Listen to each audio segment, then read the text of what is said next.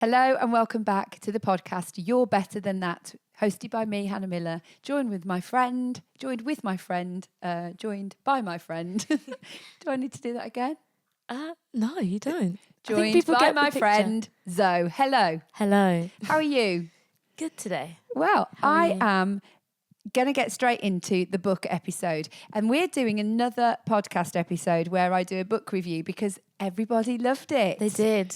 We got lots of feedback and lots of people saying, oh, I bought books because of that. And so we thought every so often, once I've read a few more books, we can do a bit of a review. Yeah. And shall we get stuck in? Let's go. Okay. So the first thing to say is that I'm a little bit in my classics era at the moment. And I read Pride and Prejudice, as we talked about last time, and then got into a whole classics vibe.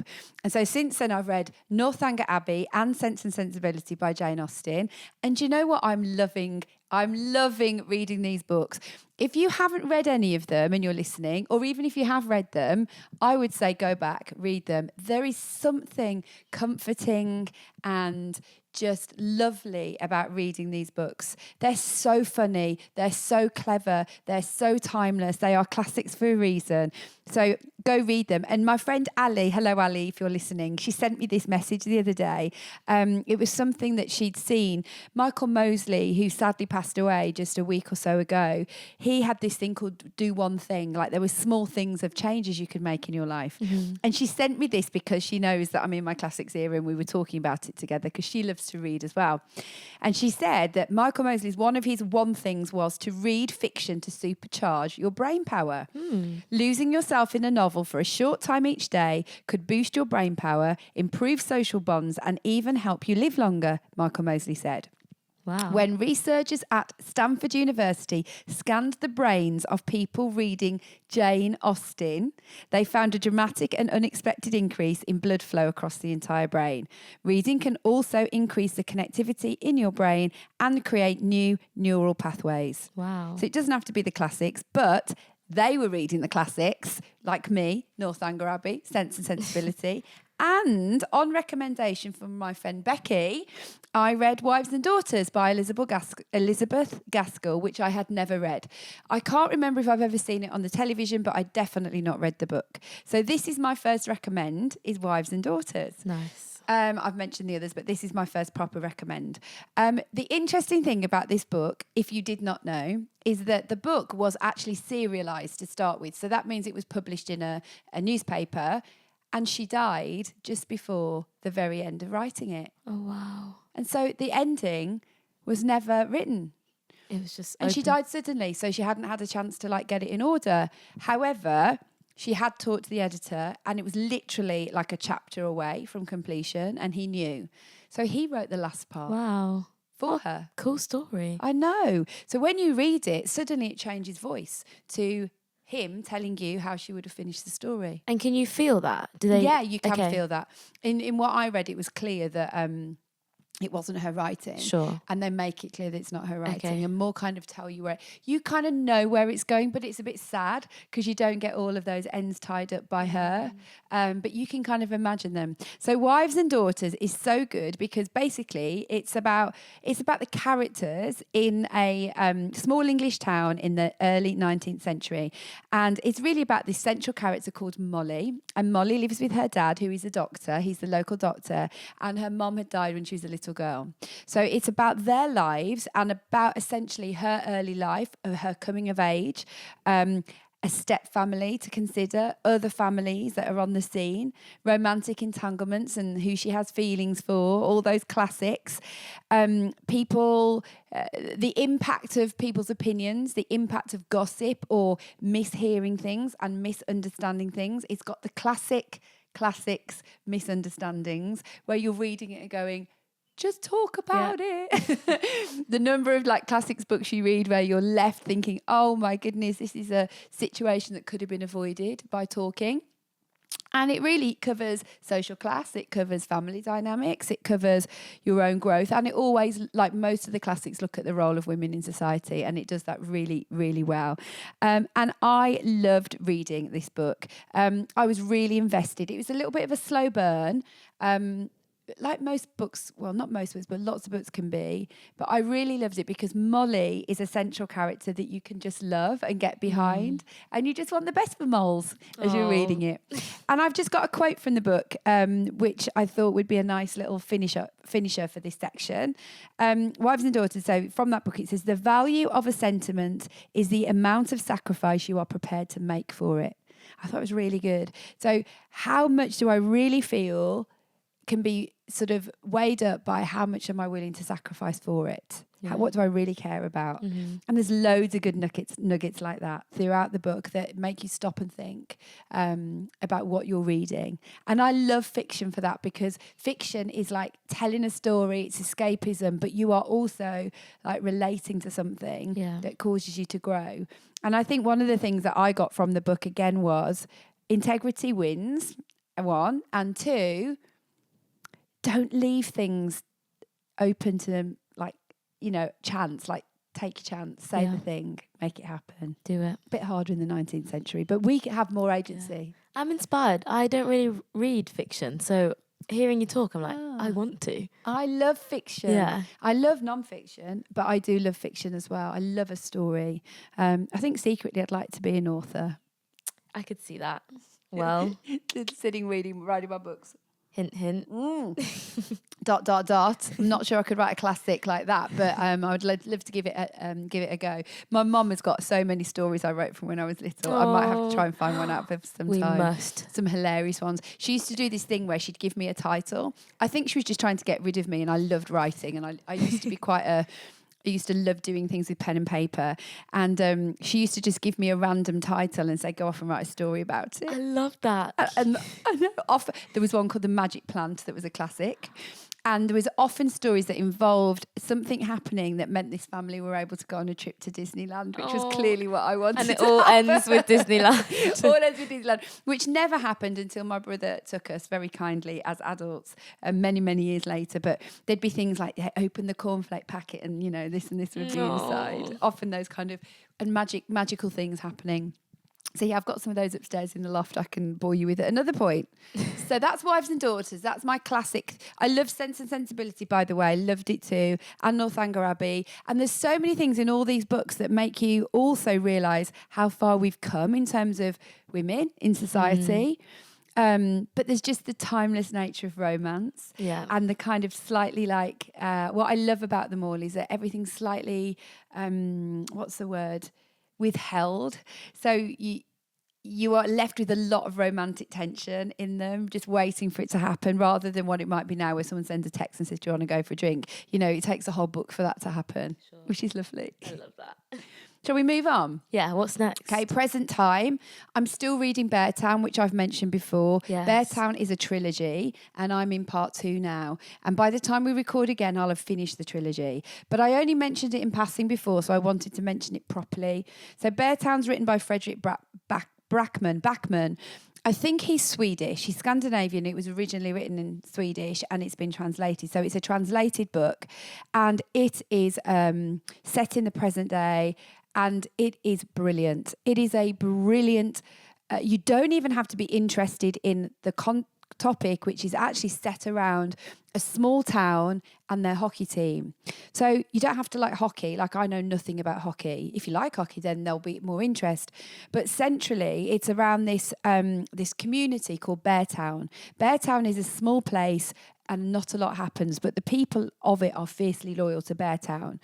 And the local junior ice hockey team has become like the town's pride and joy and their hopes, actually. So they're all pinning their hopes on this team for like economic revival, for them to be put back on the map, and all the community is involved. So this is a book that's got loads of characters, because it's the families of the hockey team, the manager, the coach, all of those people. And it becomes like this beacon of hope for success. But the stakes become high and the pressure's even higher. And then there's a series of like emotional events that take place. And I'm not going to say what they are, because that will spoil it for everybody. But like heartbreak and tragedy hits this place. Sure. And so the book covers some really interesting stuff around how do we respond when something's really difficult? How do we deal with an event that takes place that we could choose to morally compromise on or do the right thing. And what happens in the book is that you have this like parting of ways of people where some people morally compromise for what they want and other people are then sort of separated out for choosing otherwise. And the consequences for both groups of people are immense. And you've got central characters that are teenagers, you've got central characters that are mums and dads, and you can relate. His ability to help you connect to a character is so high. Like the number of quotes, I mean, I've read some already, haven't I, from it in other podcast episodes. There's so many. So it talks about belonging and it talks about like the dynamics of when you no longer feel you belong. So that's something that goes on throughout it. It questions what we do when the rubber hits the road. And although you can be a reader and read on and think, I would never do that, you know, when people morally compromise, it more broadly covers compromise in the way you're reading it and partaking in it, even if you feel that isn't where you compromise. There's like, you know, there are some traumatic events in it that are difficult to read and difficult to comprehend.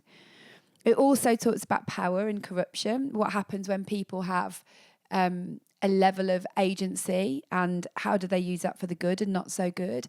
And there's such a lot of family dynamic in it, like marriage relationships, love, when we make the wrong choices in those situations, when we drift apart, how do people hold themselves together in the middle of tragedy? How do we grow and how do people have redemption? So another really interesting thing that goes throughout it is both some themes around gender and masculinity. You've got some characters who are in a very masculine environment of this hockey team, and some of them how they struggle with those expectations and tropes. And then you've also got some of the female characters who are also bucking the trend. And I haven't finished it, but all I can say is as far as I've got, I would recommend go back, start the first one, give it a go. There is so much that makes you like stop and think, and his character understanding is so good. I could have picked a million quotes for this one, but with this one is so tantamount to the themes. Hate is so easy, but love and understanding are the things that take real courage. I love that. I know. I've just gone on and on then, sorry. No, but I love that I'm like there with you. I'm like, you're painting this picture that I'm like... You want to read it, don't you now? Yeah, exactly. I love that.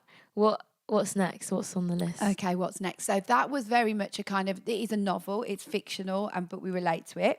I read a really good memoir. I love a memoir. Yes. I mean, I really do like a good memoir. And probably I mentioned I Am last time. Yes. This is a completely different memoir, not written by an author, so it's got a very different feel. It's called One Boy, Two Bills and a Fry-Up.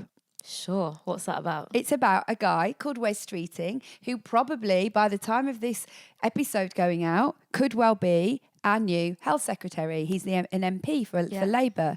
But he has an unbelievable life story. Wow. Like, you don't have to agree with his politics to enjoy this book. Sure. It's not really about politics, although it does talk about his journey as an adult. It's about his life. It's about his early experiences. And I was really gripped. So Wes grew up in London, in a very poor part of London, to young parents who actually did separate but were both very much in his life. And both of his grandparents were called Bill. So that's why it's One Boy, Two Bills. Sure. So the book talks a lot about the family impact and how one Bill was one granddad and one Bill was the other. And he had unbelievably different grandparents. Interesting. So one Bill was a conservative voting, had previously been, I think, in the army or he'd served in public service. Honour and responsibility were through his veins. And that was that side of the family. Yeah. And his mother, who brought him up, who was his main caregiver, she had become quite an activist over the years for more sort of right-wing policy. So she'd obviously although she loved this father-in-law that she still had a lot of contact with, she had very different politics to him. The other Bill, who was her dad, he was in prison. Oh, wow. Because he had been involved in quite significant, connected to, I think, people like the Krays and other kind of bad baddies, you know. So he had that kind of although like Wes loved this granddad, he was a very, very different man to the other one who'd had a massive impact on his life.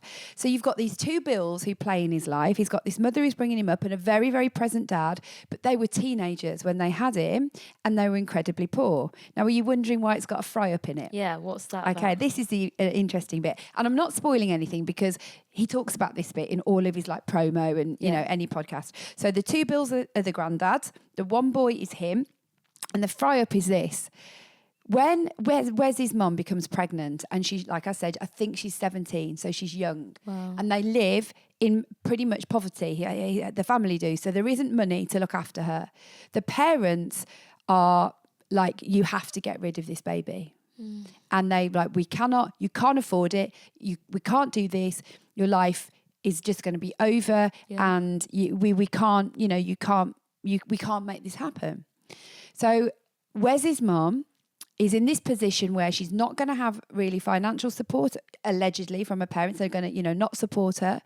She's in this relationship, but they aren't together because he's like lives with his mum and dad kind of thing. And what happens is this termination is booked and she knows the day of the termination and her mum is going to get up and take her. So Wes's mum gets up early and she's been told that she cannot eat before the operation, before the procedure. Sure. So what does she do? Eats fry up. She has a massive fry up. And the reason the book is called this is because that fry up meant that she couldn't go for the termination. Sure. And it essentially is the reason why he's here. Wow. Now, grandparents came round, like grandparents do, supported her. And, she made the very, very best of it and was a massive part of Wes's life. So just me telling you that little bit gives you a lot of colour around the characters in this book. And Wes is like, very honest about the difference of it. I think one of the reasons Wes, to be fair on him, is very good at seeing other people's perspectives is because he's literally lived and breathed it. Sure. He's had people in his life who have different views to him. And again, whatever you think about him, I have found Wes to be very good at recognising why people feel different to him and have come to different conclusions. And this book is the narration around that. So it looks at working class, it looks at social mobility. Wes goes on to go to Oxford or Cambridge, can't remember, one of them, from a home where, that was never an expectation that anyone had ever experienced. Yeah. Do you know what his mum did? She gave him a love of reading. That's one thing she made. She had not had school opportunity, so she pushed it for Wes.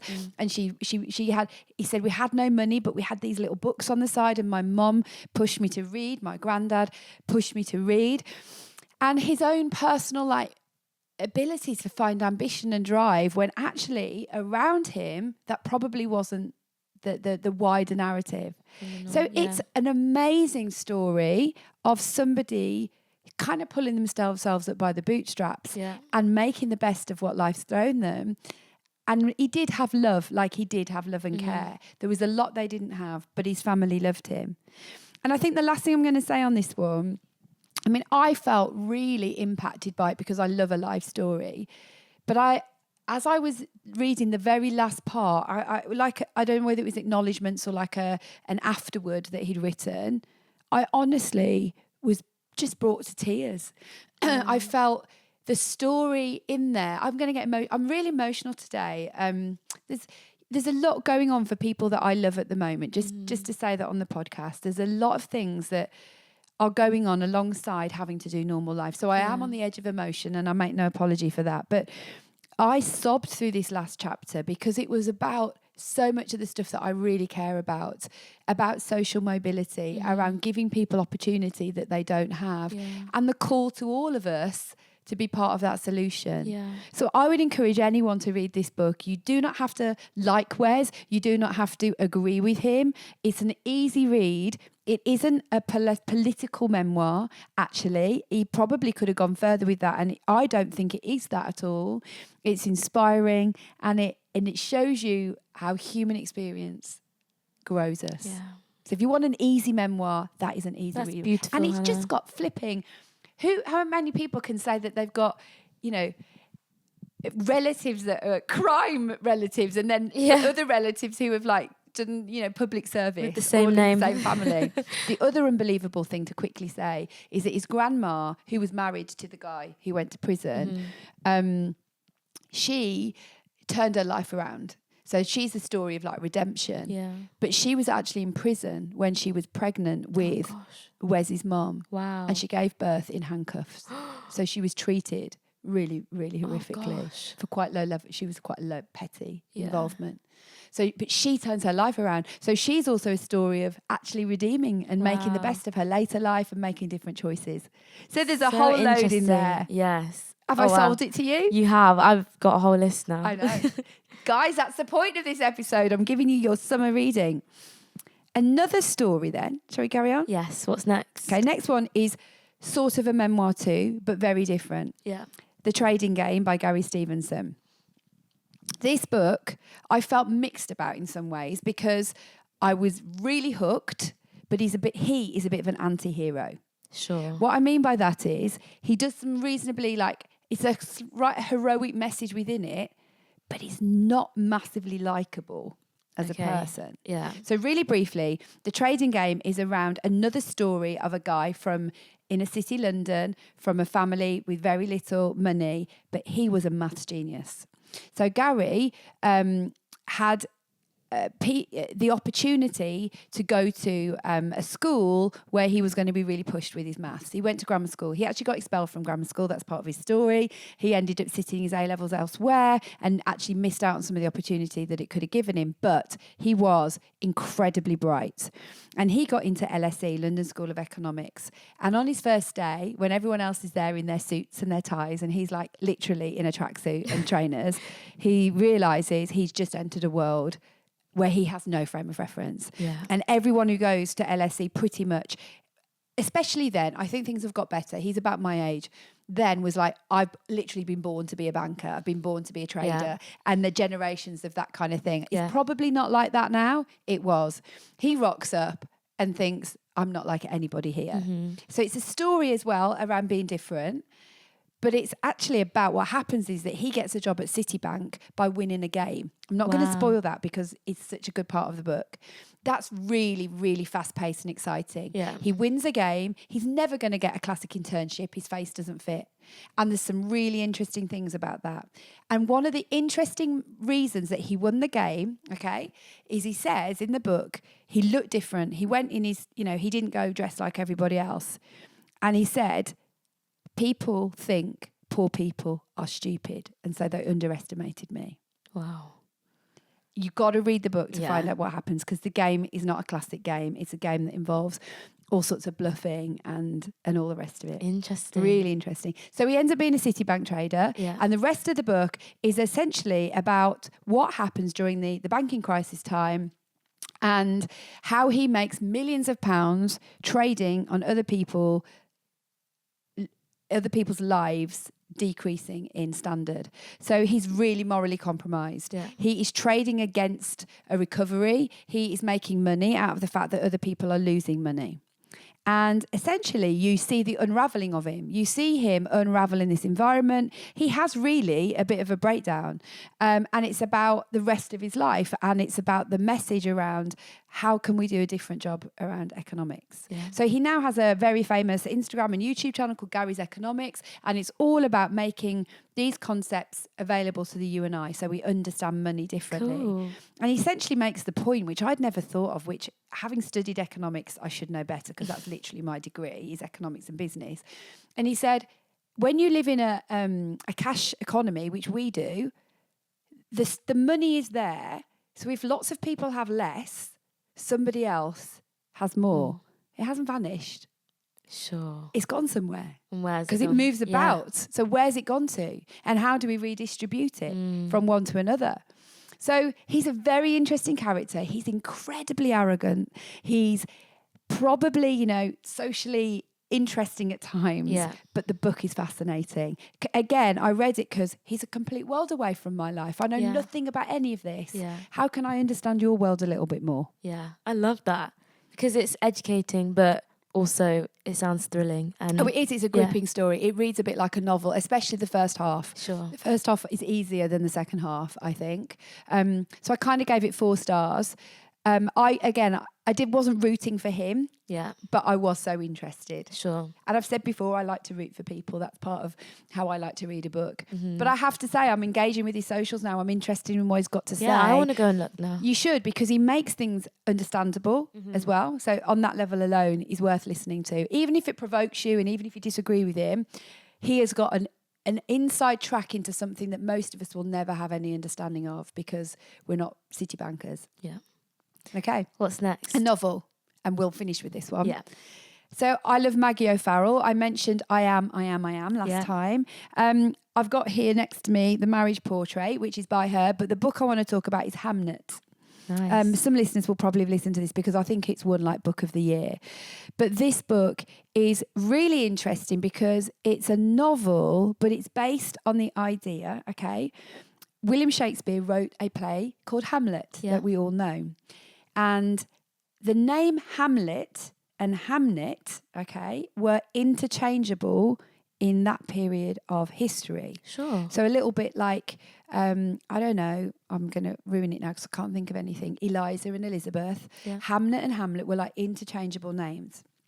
And she calls the book Hamnet because William Shakespeare had a little boy who died at about age 8, I think, called Hamnet.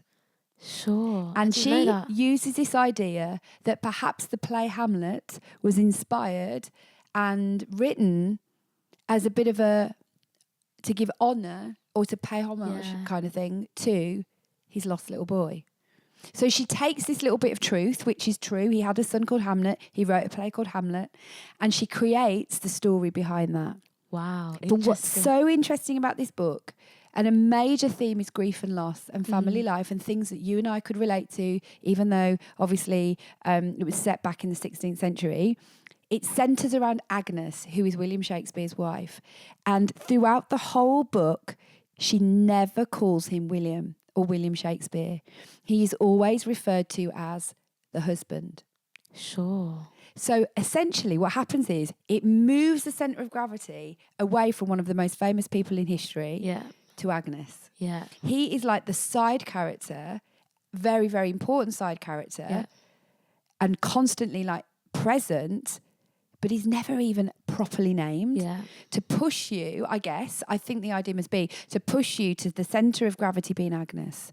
And you enter Agnes's world, not William's world. William's world is like a sideshow to this. And her loss as a parent, I mean, you are thrown into the portrayal of loss is one of the best I've ever read about. I mean, I could have picked 100 quotes from this book. They're quite sad, which is kind of why I didn't want to. It looks at family dynamics. It looks at the other siblings. It looks at what it is for Agnes to repair her life when she loses a child. It looks at William and Agnes's relationship, and William is recorded to have not always been faithful to her, yet Agnes is his love, and how do we reconcile that and how she feels about him? We look at the roles that they have. We talk about his creative journey and him getting like writer's block and the impact that has on him. It looks at just the cultural context of the time. It also looks at poverty and the way people lived, and you are thrown into Agnes's world and you love her. Like, you really care for Agnes. You see her like she's creative and odd and different, but you are fully wanting for her, and you definitely want to see her heal and restore, basically.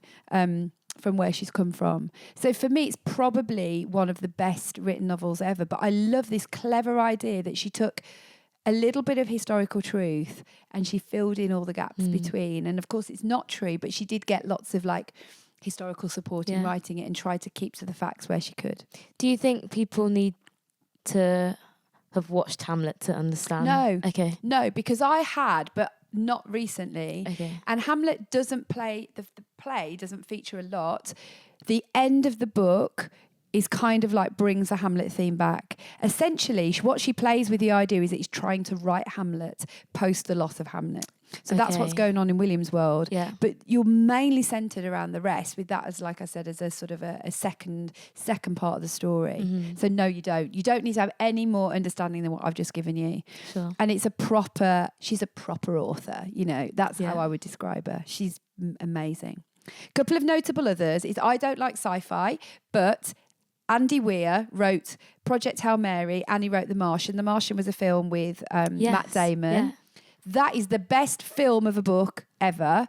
They're so well done. But he also wrote Project Hail Mary. Those two books are sci-fi in terms of like their genre. They're so good. And I'm not a sci-fi girl. Mm-hmm. So those are a couple of others. And another quick book was a book by Jonathan Franzen, which was recommended to me by a friend, called Crossroads. It's a trilogy. He's only written part one, and like that was 5 years ago, so he needs to get a move in. But this is a weird book because it looks at American life. It looks at like kind of a family and a community in, I think, about the 70s in America. And it's very interesting. And I've got to tell you, like, I was drawn in and wanted to know what happened to everybody, but I didn't massively like anybody.